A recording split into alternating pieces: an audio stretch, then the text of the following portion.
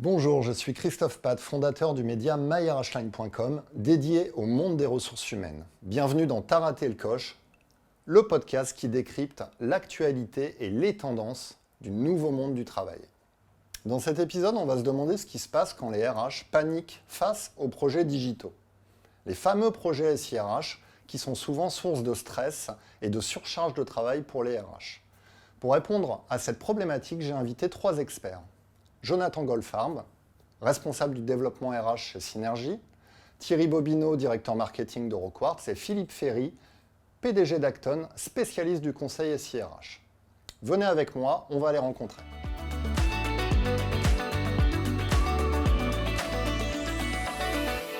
Bonjour Thierry.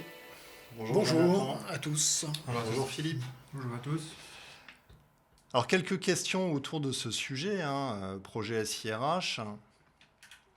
Première question que j'avais envie de poser, classiquement, comment on rate pas le coche d'un projet SIRH, Thierry?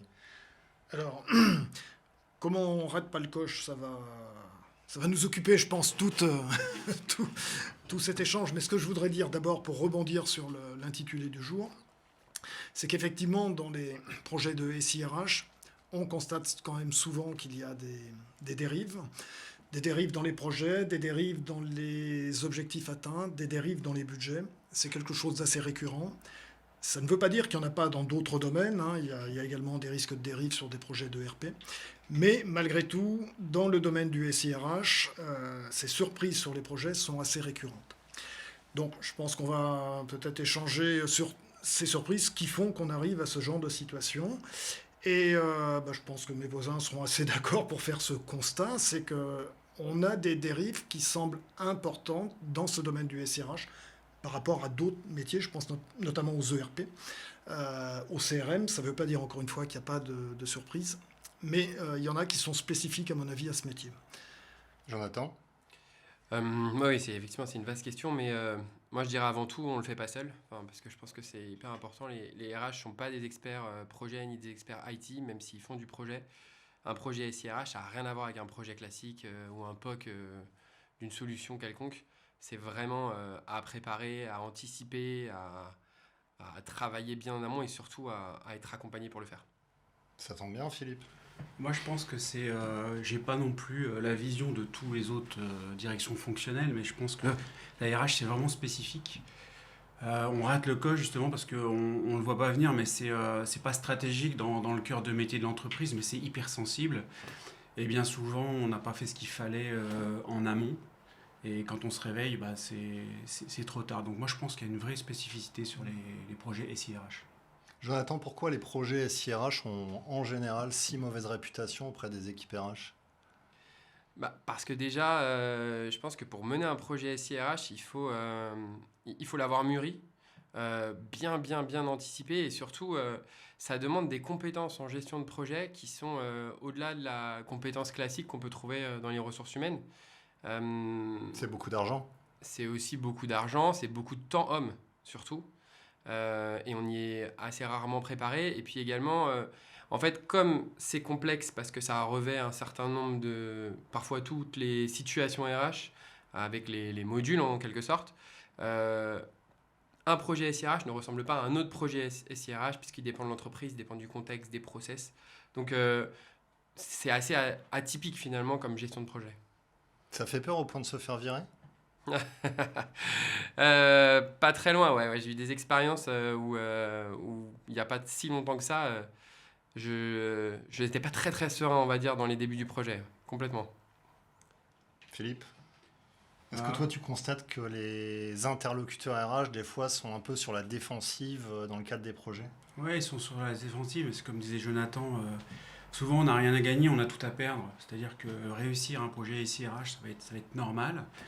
Alors que si ça décale ou si ça ne marche pas, les conséquences d'une paye qui ne marche pas ou d'une dérive financière, donc il y a beaucoup de risques. Mais après, c'est comme tout projet, je pense qu'il y a d'autres raisons pour lesquelles on craint le projet. Comme direction fonctionnelle, on a un boulot à plein temps, puis on se prend de la surcharge parce que les fonctions métiers sont très impliquées dans les projets SIRH. Et souvent, on ne prévoit pas le renfort qui va bien. Ça, c'est hyper classique. Et de mon expérience, il y a une plainte énorme là-dessus, et une crainte. Et puis, projet RH, ça veut dire refaire les process qui touchent les RH, qui touchent tout le monde. Et derrière, on sait très bien qu'on se prend de la refonte ou de la réorg. Et ça, la résistance au changement. Thierry, ton avis sur cette population RH face au projet ? Alors, la difficulté qui se pose, et sans porter de jugement sur la fonction RH, c'est qu'on a affaire à des projets qui sont très complexes. En fait, dans le domaine RH, et cette complexité n'est pas toujours correctement évaluée. Elle est complexe d'une fait d'une complication administrative phénoménale en France, probablement un record au moins au niveau européen. Elle est complexe parce que c'est des projets transverses. Cette transversalité et l'impact des process, des outils mis en place ne sont pas toujours bien vus au départ.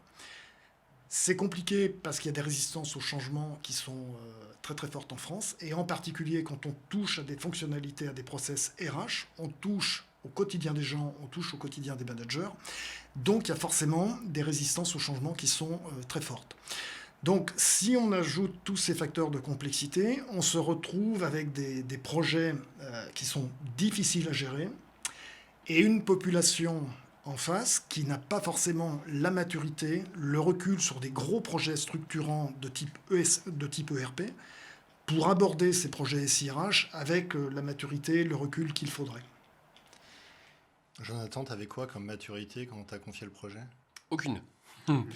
Non, mais c'est assez symptomatique, c'est-à-dire que... Justement, souvent, ça tombe un peu du ciel, non, pour l'équipe RH, un projet SIRH ? Ça vient souvent, je pense, de la direction RH ou du DRH, clairement, qui a une vision de ce que le projet SIRH, s'il n'en a pas mené, à mon sens. Après, ça dépend bien sûr des personnalités. Mais, et pour le coup, on sous-estime grandement la complexité que peut avoir un RH à mener ce type de projet. Et surtout, de la globalité, effectivement, de la transversalité que ça peut impliquer. Et en plus, qui plus est, souvent le budget qui est alloué à ça, c'est un budget RH. Or, on sait que les budgets RH sont souvent les parents pauvres, puisque quelque part, ils n'amènent pas le business. Donc, quelque part, souvent, ça doit être complété un budget IT, et ce n'est pas souvent le cas. Philippe, on n'a pas aussi souvent tendance à avoir des... Je pense au projet paye, on en parlera aussi au projet de gestion des temps. On n'a pas tendance à avoir des équipes RH qui vont vouloir monter des usines à gaz. Moi, j'ai vu des cas où on dépensait des milliers d'euros pour des écarts de 4 centimes. Voilà, on est dans les écueils des projets, oui, ça a été dit, la paye française. La complexité, c'est plutôt le nombre de cas. Je pense qu'il y a des populations qui ont des diversités de manière d'être gérées, mais oui, on a affaire à des solutions sur le marché qui sont faites pour gérer du volume, avec du standard, comme on l'appelle. Et puis, on veut faire rentrer des exceptions dans ce standard. On met dans un gros mot qui est le spécifique. Et puis, on voit des grosses entités qui, finalement, dépensent beaucoup d'argent pour gérer quelques cas. Et ça fait des verrues. Et puis, après, c'est parti. Donc, oui, on a une grosse tendance à ne pas avoir le recul. Ils s'ennuient, les RH, Thierry ?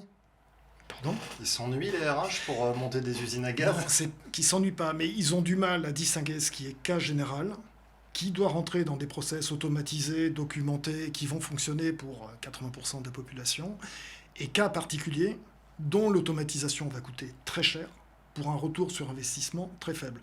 J'ai un client en Espagne qui me disait une fois, moi je considère que sur mes projets RH, avec 20% de l'effort, j'obtiens 80% de l'objectif. Voilà. Et les 20% qui restent, c'est 80% de mon effort et du budget du projet.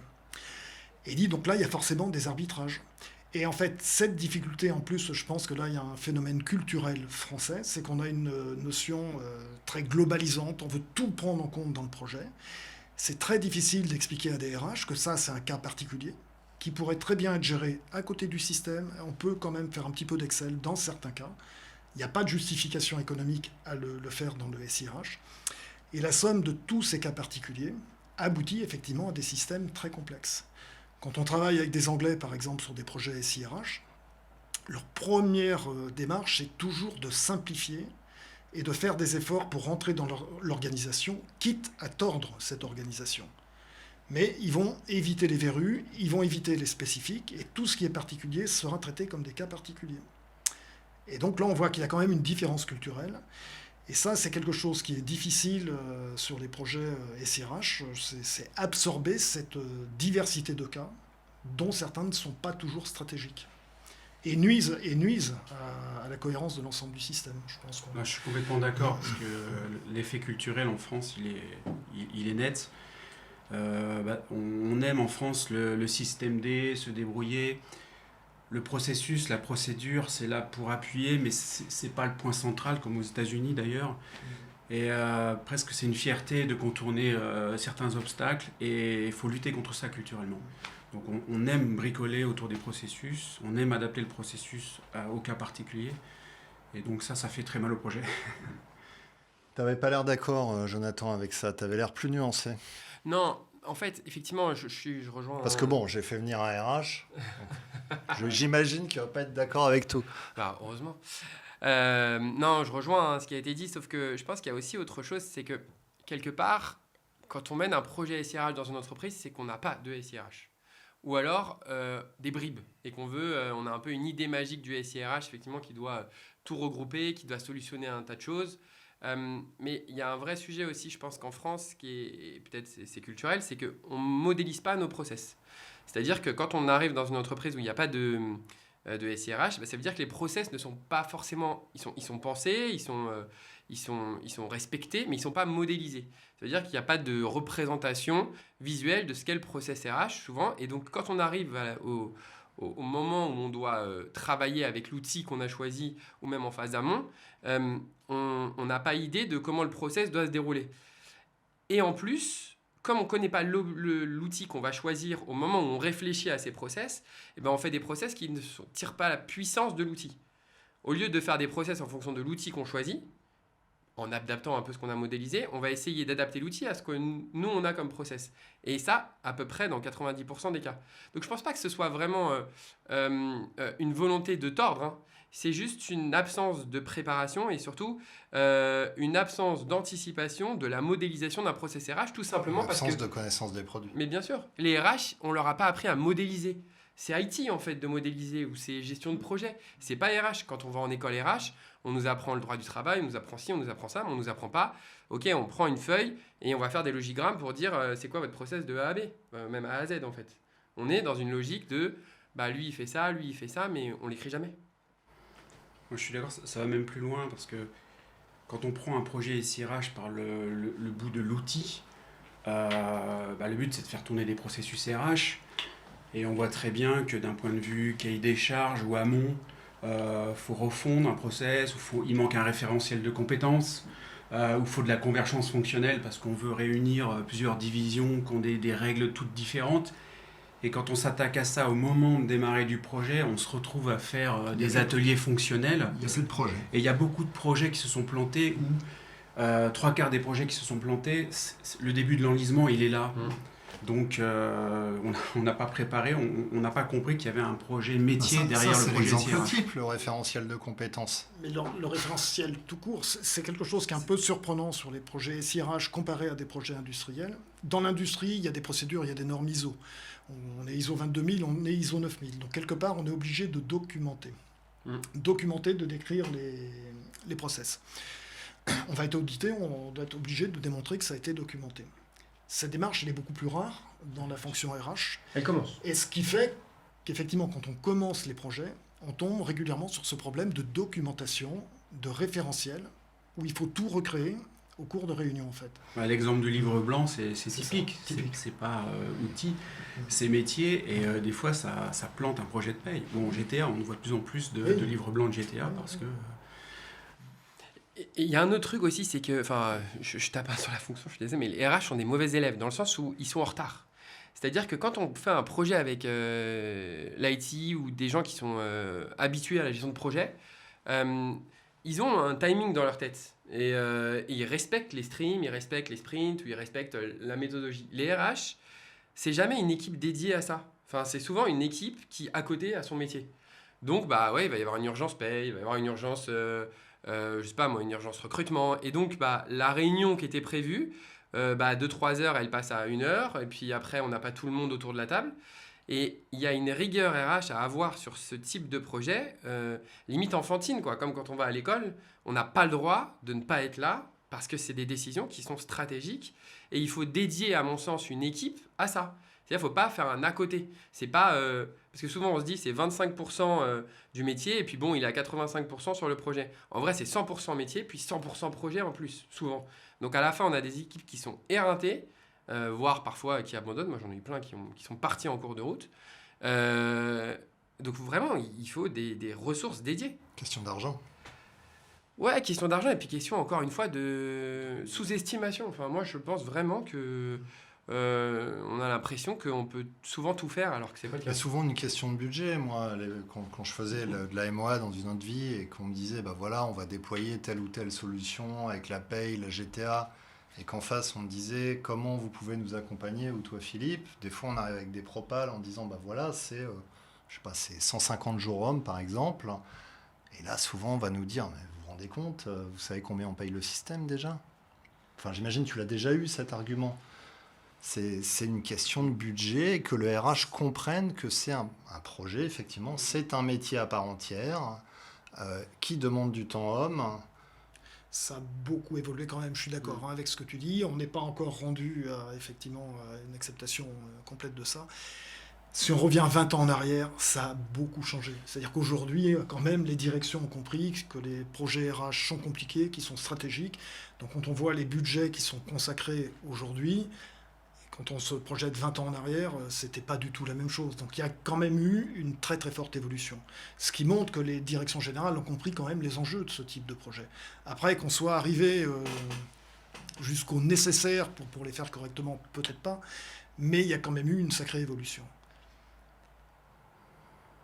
C'est le parent pauvre, on l'a dit. Donc souvent les budgets, on va dire, pré-cadrés, ne tiennent pas compte des effets conduits du changement ou assistance maîtrise d'ouvrage qui débordent sur des autres problématiques qui sont nécessaires. Donc on a toujours le sentiment de dépasser des budgets alors que non. Il y a les éditeurs aussi qui arrivent dans certains volets fonctionnels, l'externalisation de la paye par exemple. Et je veux citer personne parce que c'est normal, on vend l'externalisation et on dit vous n'avez rien à faire. Et on transforme ça en projet de paramétrage. Et là, on se heurte à des problèmes de référentiel et on ne maîtrise pas sa paye. Et on n'a pas de budget pour accompagner au changement les équipes paye qui vont s'adapter à l'outil, parce qu'il faut faire rentrer dans l'outil. Et puis, l'éditeur vend quelque chose sans budget à moi. Et après, on a l'impression de rajouter du budget alors qu'il aurait dû être là. Donc, c'est... Je vois très bien de qui tu parles. Non, et tous ceux qui vendent l'externalisation. J'ai des noms qui me viennent en tête en particulier. Tous. Parce que c'est le jeu. On vend un prix au bulletin. Donc on baisse le prix. Mais les clients sont friands. Les DAF s'en mêlent, le DSI, et on veut acheter pas cher. C'est vrai. Donc c'est ce que je disais, c'est quand même en grande partie une question de budget. Un projet SIRH. Les dérives sont aussi en grande partie liées à ça. Et je ne cherche pas à être politiquement correct par rapport aux éditeurs. Moi, je pense que c'est toute une manière de réfléchir autour du coût bulletin qui est à revoir. Et puis, il y a aussi autre chose. Il y a aussi que les éditeurs sont très bons, en général, commercialement parlant. C'est-à-dire qu'ils ont des environnements de démonstration hyper léchés, hyper jolis. Et donc, forcément, quand on est en phase d'appel d'offres, on voit les démonstrations des éditeurs et tout de suite, ça fait briller les yeux. Et que les RH arrivent à se dire attention, prenons du recul par rapport à ça et allons beaucoup plus dans le dur, dans l'outil en lui-même, sans rester sur la base de démonstration, c'est déjà beaucoup plus rare. C'est pas votre métier, c'est plus compliqué pour un RH de savoir s'il est en train de se faire berner, entre guillemets, via une démo un peu jolie, bidon, avec des fonctionnalités qui des fois même n'existent pas encore, que d'aller voir Philippe par exemple chez Acton, qui lui connaît le marché et qui va dire attention, non, ça marche pas comme ça, là il y a tel écueil, attention, vous avez tel outil en interne, donc il faudra construire tel type d'interface et ça va pas le faire. Donc d'avoir des gens qui maîtrisent le marché. Oui, et pour renforcer ce qui vient d'être dit, tout le focus qui est mis depuis quelques années sur l'UX, sur l'expérience utilisateur, sur le design des solutions, parce qu'aujourd'hui, il y a des études qui ont démontré, de Marquez notamment, que le choix d'une solution SIRH aujourd'hui, elle est avant tout portée par l'UX. Voilà. Donc c'est bien de faire attention à l'expérience utilisateur, parce que derrière, il y a l'expérience collaborateur, donc on veut qu'il soit confortable, qu'il ait une belle application qui fonctionne, etc. Le problème de ça, c'est que ça peut faire oublier tout le reste. C'est-à-dire que si on se focalise sur la vitrine, on peut avoir tendance à oublier l'arrière-boutique, et l'arrière-boutique, c'est toute la puissance de l'outil qui va pouvoir traiter le cas du client. C'est vrai que tu as autant de startups. C'est pour ça qu'il y a autant de startups, et que 2-3 ans après, on découvre que oui, c'était très joli, mais que dès qu'on avait un petit peu de complexité, un petit peu de personnalisation, ça ne fonctionnait plus. Alors, Philippe, comment il a évolué ce marché SIRH depuis 15-20 ans? C'est quoi les grandes révolutions? Il y a 20 ans, dans les années 2000, on arrivait à l'âge du portail déjà. On sortait des socles Lego.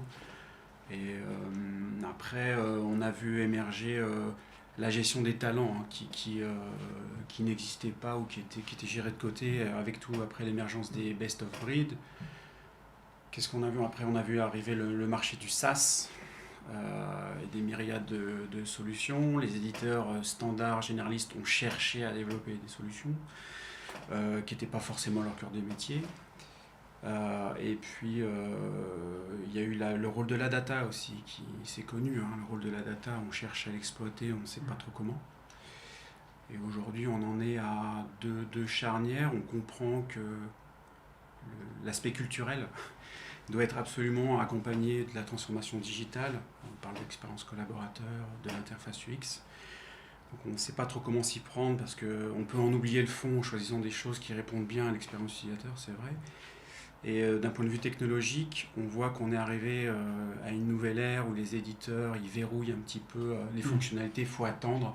On est dans une période agile où l'offre technologique, en tout cas ce qui existe sur le marché en offre technologique, la data science, les nouvelles technologies, le développement agile, spécifique, mais professionnel, revient sur le marché. Et commence à avoir des réponses de développement spécifique en alternative. Et puis l'interfaçage. Constituer des systèmes d'information RH avec plusieurs briques. Il faut arrêter de rêver qu'on pense qu'il y a un éditeur qui va tout faire. Aujourd'hui, ça va tellement vite et il y a tellement de spécificités que c'est impossible. Donc on arrive à une ère d'urbanisation, de choix et avec des problèmes d'interfaçage et de maîtrise de la donnée qui sont colossaux. C'est ça, je crois que c'est à peu près 80% des DRH interrogés qui disaient « Mon monde idéal, ça sera un fournisseur unique pour la gestion administrative, la paye, la gestion des temps, la gestion des talents, la BI. » Voilà. La réalité, c'est que cette offre n'existe pas aujourd'hui et que c'est souvent un assemblage de composants de différentes origines qu'il faut effectivement connecter. Et cette partie connexion dans les projets, nous, ce qu'on a constaté, c'est qu'elle prend un poids de plus en plus important dans les projets. On pourrait même dire que sur certains projets aujourd'hui, on doit être entre 30 et 50% de la charge des projets uniquement pour la partie connexion, communication. Et que c'est toujours une partie très sensible. Mais ça devient nécessaire. Donc, ça, c'est en train d'évoluer. Et aujourd'hui, on est exactement dans cette phase-là, dans les maturités de projet, je pense. Est-ce que vous n'avez pas l'impression quand même que dans ce marché SIRH, il y a tellement de choses, tellement de modules, de possibilités. Est-ce que les RH n'ont pas tendance à acheter plus que ce qu'ils vont utiliser finalement? Parce que moi, j'ai vu des projets signés avec GTA, Pay, Talent, Compenband, LMS, etc. Et au final, 5 ans après, chez cette entreprise, seule chose qui est utilisée, c'est Pay, GTA, entretien annuel. Et tout le reste, c'est payé dans le run. Et on te dit que le SIRH coûte très cher, mais en fait, on n'en utilise que 60% de ses capacités. Est-ce que les RH, finalement, se font pas aussi piéger justement dans ces jeux commerciaux à acheter tout et n'importe quoi, quitte même à ne pas utiliser? Est-ce que toi, t'as vécu ça ou... Ouais, mais je pense qu'il faut mettre une petite nuance dans ça, c'est-à-dire qu'aujourd'hui, c'est vrai qu'on a tendance à se baser, et c'est très important, sur l'utilisateur final. C'est-à-dire que l'utilisateur final, effectivement, il va utiliser un côté, je m'inscris en formation, un côté, je consulte mon bulletin de paye, un côté, je passe mon entretien annuel d'évaluation.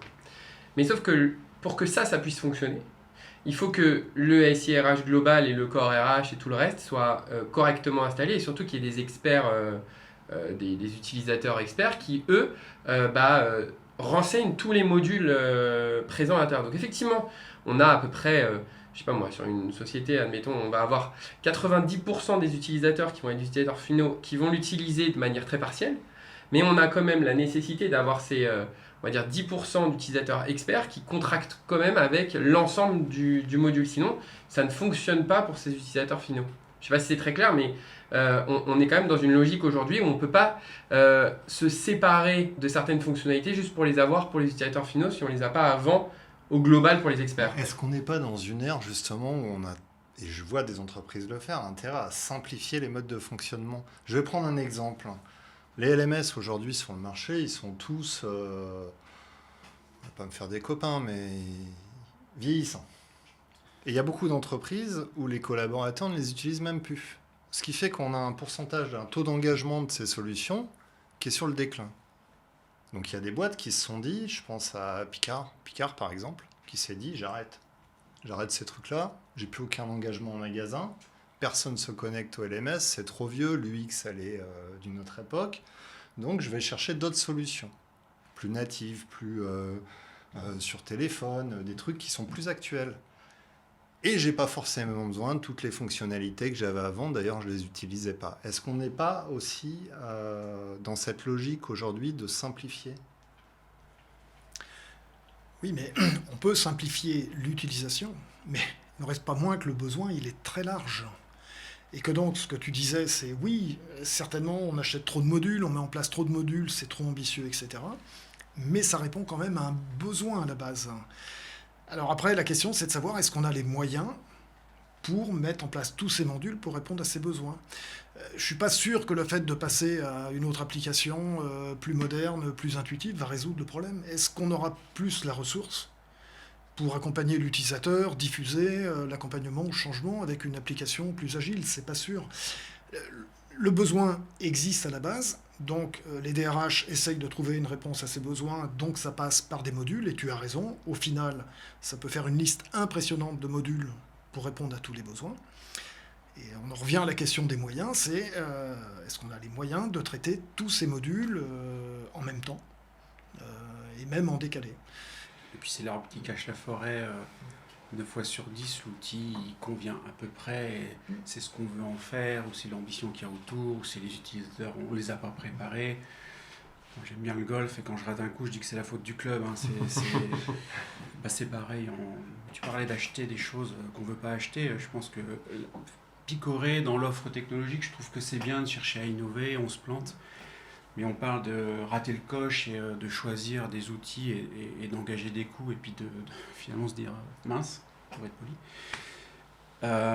C'est un monde d'argent aussi et il y a énormément de lobbying, soit dans les directions générales et je ne vais pas citer les projets, on n'est pas là pour ça, mais on connaît tous des grands projets qui se sont plantés monumentalement parce que on n'a pas racheté la solution. Et que c'est quand même très politique un projet. C'est très politique. On peut avoir deux méga entités qui vont fusionner, puis on va imposer sa solution alors qu'on sait très bien que ça ne va pas. Il y a la mode aussi. On peut prendre des produits américains qui brillent ou en GTA des produits étrangers qui ne comprennent pas les produits de la France et qui pensent que c'est facile. La mode. Les phénomènes de mode. Je voudrais réagir là-dessus parce que je viens d'avoir le cas il n'y a pas très longtemps, donc un DSI d'une boîte de 2000 personnes qui n'a pas une très grosse complexité SIRH et qui m'expliquait qu'ils avaient pris un très grand nom en gestion des talents. Et je lui dis, mais est-ce que ça répond fondamentalement à un besoin ? Est-ce que tu n'aurais pas pu faire aussi bien avec quelque chose de plus modeste ? Et qui m'a expliqué en fait qu'ils avaient acheté la marque de cet éditeur comme moyen de marque employeur. C'est-à-dire de pouvoir dire aux collaborateurs, venez chez nous, vous voyez l'importance qu'on attache à nos salariés parce qu'on a acheté cette solution. Donc acheter une solution surdimensionnée pour des questions d'image. Ça revenait à ça en fait. Ouais, puis il y a un autre sujet, c'est que Enfin, fondamentalement, il faut s'y connaître. C'est-à-dire qu'en fait, aujourd'hui, J'allais faire une blague, j'allais dire c'est comme si Franprix s'équipait avec Workday, mais je ne vais pas la faire. je disais qu'au sein des RH, il faut quelqu'un qui s'y connaisse. C'est-à-dire qu'aujourd'hui, effectivement, on a des éditeurs qui sont des références. Peu importe, Workday, SAP, ADP, enfin bref, peu importe, Oracle. Mais en vrai, tous les outils qui gravitent autour de ça et qu'on dit on pourrait peut-être prendre un plus petit, on pourrait peut-être prendre une solution innovante ou autre chose, en fait, il faut le savoir. Aujourd'hui, je ne sais pas, je ne suis pas expert, mais il doit y avoir, je dirais comme ça, à la louche 3000 startups dans la HRTech. Qui les connaît toutes en fait? Qui sait qu'un tel fait ça, ou un tel fait ça, un tel fait ça, un tel fait ça? Donc en fait, il faut être un véritable expert pour se dire non mais attends, prends pas ça parce que cette startup là, elle vient de sortir le truc et ça marche exactement pareil et ça adresse cette petite partie là. Donc en fait, on fait comme quand on va dans un pays qu'on connaît pas, on va à l'office du tourisme et on va aller vérifier quels sont les gros monuments à visiter. Et on va pas aller voir les petites rues, les trucs à côté parce qu'on n'a pas le temps et parce que surtout on s'y connaît pas. Donc Et puis c'est peut-être pas sécure, c'est ce que disait Thierry. Exactement. C'est plus sécure d'aller acheter une marque connue, reconnue, que d'aller voir la start-up qui vient de se lancer avec des risques potentiels de pérennité de la solution, etc. C'est une question de risque. Il y a des fois, on prend le numéro 1, un des meilleurs, parce que si on se plante avec le numéro 1, on aura ici le numéro 1. Donc ça fait partie des critères des deux choix.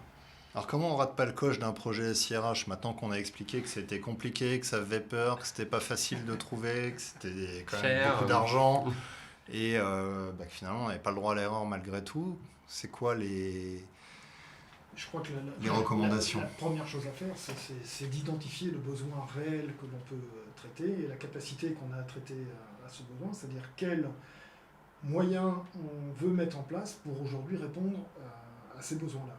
Parce que ça aussi, on aurait pu en parler, mais les objectifs un petit peu ambitieux qu'on n'aura pas les moyens sur le plan humain de traiter en interne, c'est quand même quelque chose aussi d'assez courant. Donc je dirais que tout d'abord, c'est d'identifier les objectifs, les moyens qu'il faut mettre en place par rapport à ces objectifs. Très souvent de se faire aider, comme l'a dit Philippe au début. C'est vrai qu'on peut avoir tendance à travailler tout seul et à se dire on va lancer une consultation. Faire appel à des sociétés dont c'est le métier en amont, ça aide quand même, on l'a constaté, à bien cadrer le sujet et à réduire l'incertitude au moment de la consultation. Et puis après, c'est un petit peu tout ce qu'on a évoqué, c'est-à-dire les budgets à la hauteur de ce qui a été décidé, les ressources humaines en disponibilité et en qualité par rapport à la charge qui a été estimée, et la prise en compte de cette complexité qu'il y aura au moment du déploiement. L'assistance au changement, l'accompagnement du changement, c'est que c'est quelque chose de très important. Donc c'est toute cette réflexion, à mon avis, en amont, pour structurer le projet, essayer d'en avoir la vision la plus large possible. Et ça ne met pas forcément à l'abri de difficultés. Ça les réduit, ça réduit le risque. Jonathan, maintenant que tu as éprouvé un premier projet SIRH, si demain tu avais un nouveau projet à mener, qu'est-ce que tu ferais différemment? Non, mais c'est vrai qu'aujourd'hui, de toute façon, j'ai le cas aujourd'hui, puisque de toute façon, je dois mener effectivement un projet SIRH là où je suis aujourd'hui chez Synergie. Mais je pense que le premier réflexe, déjà, c'est de prendre son temps quand même. Tu veux nous en parler? Parce que comme ça fera une pub, tu auras tous les éditeurs qui vont... Pas forcément du coup, parce que pour le coup, il y a quand même un joli écosystème qui a été mis en place. Et à la différence de tout changer pour mettre un nouveau SIRH, il y a peut-être aussi une logique à... on en a parlé un peu sur l'interaction, mais c'est faire un audit de l'urbanisation.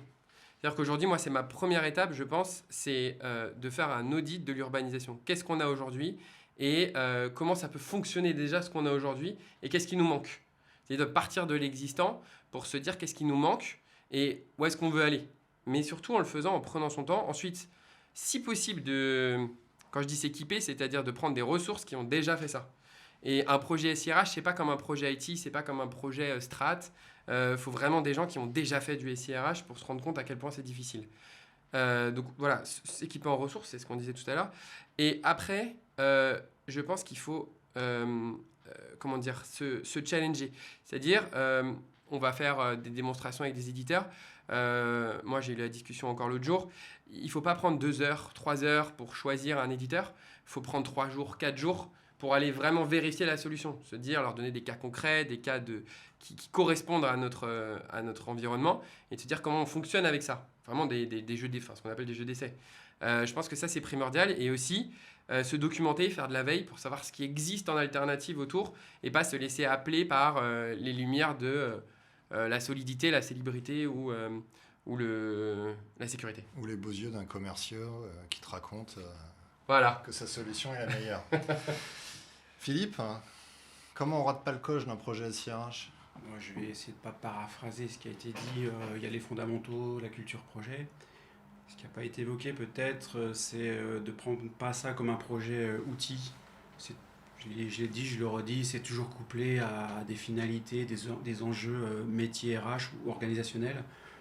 Et si on ne couple pas les deux, c'est sûr, on se plante. Et quand bien même on arrive à un projet outil parce qu'il est obsolète, si on en arrive là, c'est qu'on a déjà raté un coche. Et puis souvent, ce qui manque, c'est faut absolument avoir un sponsor au COMEX. Et si on n'embarque pas même les utilisateurs, il y a des baronnies partout. Faut vraiment penser à la conduite du changement. C'est des revers qui sont hyper classiques. Voilà. Et si je peux reprendre 15 secondes la casquette d'éditeur, nous, ce que l'on constate dans les cahiers des charges que l'on reçoit, qui se sont améliorés là aussi au fil des années, on voit que c'est quand même mieux fait que... Et souvent, il y a des sociétés d'AMOA qui interviennent en amont pour aider les clients, et on le voit. Ce qu'on voit, pour paraphraser un certain conférencier américain, le quoi, c'est-à-dire ce que l'on veut, est souvent très bien décrit. Le comment, c'est-à-dire comment on va le faire, pas mal décrit.